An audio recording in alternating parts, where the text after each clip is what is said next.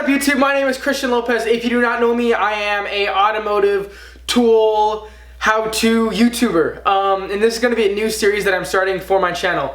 Now, I'm going to go through a quick little thing real quick about me and my channel. I'm going to be having kind of two sides to my channel. One side is going to be the automotive diesel how-to installation, builds, all that type of stuff. And then I have another side which is tools, tool review, toolbox tours, and a new series that I'm starting, which is on this video today, which is called Take It or Leave It. But here's a quick little thing. When it comes to people that are already on my channel and you guys know about my 350Z OEM engine rebuild update, I have a few people looking at my corrupted video files, trying to get that figured out. I'm actually talking to a subscriber of mine right now. I'm trying to email him back and forth so we can get my corrupted files working again so I can upload that next video, because if not, I'm just going to have to disassemble the cams and other stuff and then re-upload a video. But I'm trying not to do that, so hopefully we'll get that fixed out. But basically, hello everyone. If you're already here and you've been a subscriber, thank you for subscribing, and I hope you can continue to like my content. If you are new, welcome. So basically I have this new segment called Take It or Leave It, which is going to be a tool segment. And obviously guys, I actually just created playlists for this channel because I have uploaded a good amount of videos. I'm separating them out. So this is going to be a new playlist, a start of one, for obviously Take It or Leave It. And basically these are tools that I have purchased that either I say take it, which means it's good for the price, it's a great tool, it's cheap and it's good, or it is expensive but it's worth it, or leave it, which means either it's too expensive for the quality and it may be good, it may be a good tool, but it's just not worth it. You can go somewhere else and get something different. Or it's cheap and it's crappy. So yeah, now today we are going to be reviewing the Snap-on tire tread depth gauge, which I have purchased about a month and a half ago. I tried giving it some time, and let's show you it right now. Now, as you can see, this is the Take It or Leave It tool of the day. It's a Snap-on tire tread depth gauge. The code for it is TDG2. There you go. now, I paid $26 for this tire tread depth gauge, compared to one you can pick up in the packs of like 10 of them for like $5. So, comparatively, let's just say 50 cents to $26, $27. Little bit of a difference there. Now I know what you're saying, Christian, why would you spend, $27 on a tire tread depth gauge? Here's the reason why. Now this is one of your normal tire tread depth gauges that almost every single technician is going to carry on them. Now these things become very easily uncalibrated. Very easily. If you accidentally press too hard on a tire while you're pushing down, you will actually push the O-ring that holds it in place and ruin its calibration. Now, right there, 0, okay? If I press down on a flat surface and go back up to check, let's see, we're at a 2. Now it's completely flat. Now let's go against my toolbox here, which is completely flat, again, and see. We're not at a 0, that's definitely not a 0, that's a 2. But you can pull it back and try to get it placed properly. It goes back and forth, let's see.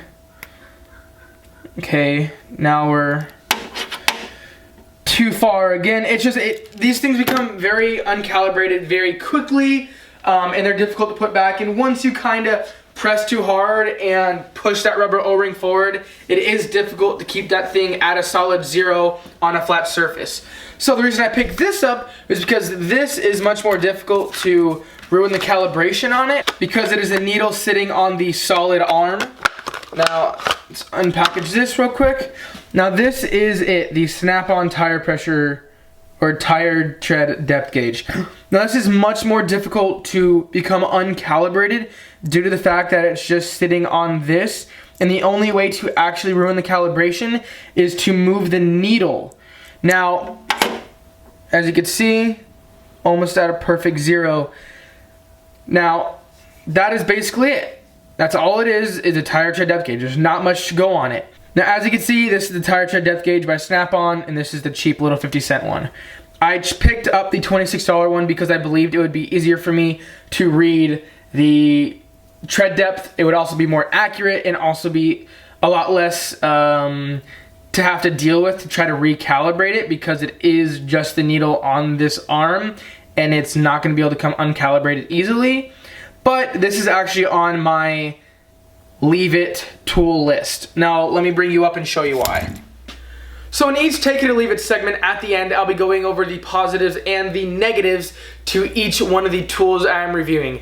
Now this tool, like I said just a moment ago, this is a leave it tool for me. Now this is my opinion on on every video I do. It's my opinion, it's my work, it's what I believe. It doesn't mean that it's correct, it doesn't mean it's true. It's just what I'm going off of. I believe this is a leave it tool. Now the positives to this tool are, it is much easier to read. When you're going up to a tire and placing this tool up to see the depth, it's much easier. The numbers are much bigger than the smaller ones.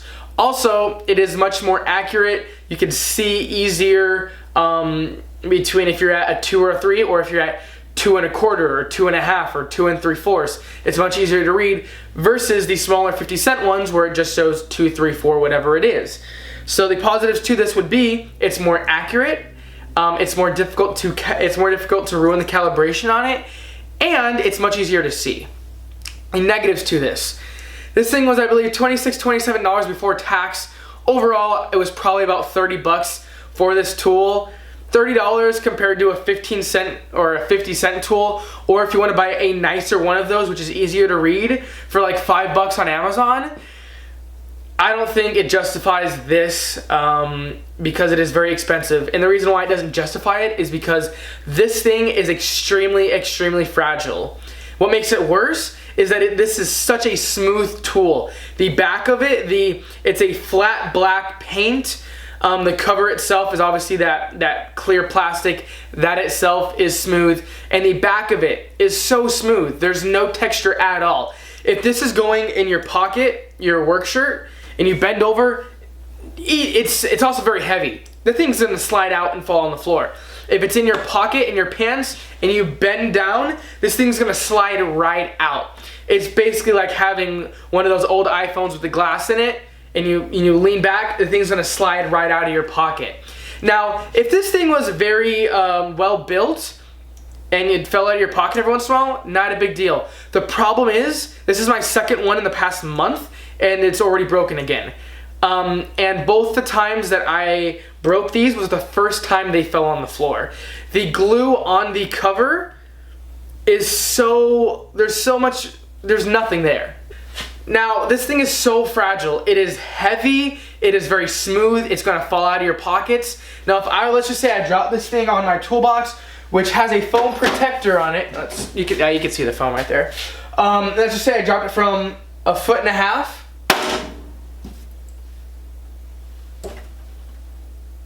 Thing comes right off. Now there is a fix to it, which would be to super glue the top on. I know it would be, but I'm pretty sure if I just drop this, because this is a plastic top and it's very thin, if I drop this, it's just gonna crack. When it breaks away, it's giving it, I think, kind of leeway, because if this thing was super glued on there and I dropped this thing more than once, I'm pretty sure this plastic would crack. It's just heavy. The plastic's cheap, there's no glue on it. If you drop it, it's gonna crack and fall right off. This is already the second one in a month.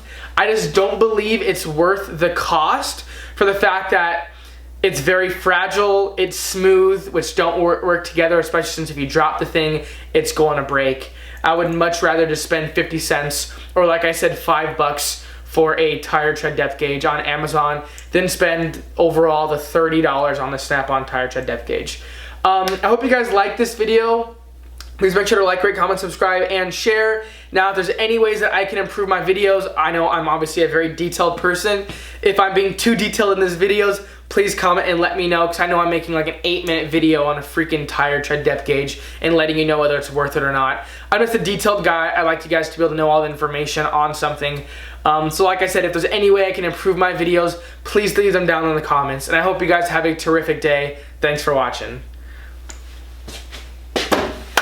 That was that video, new segment. Thanks for watching, guys.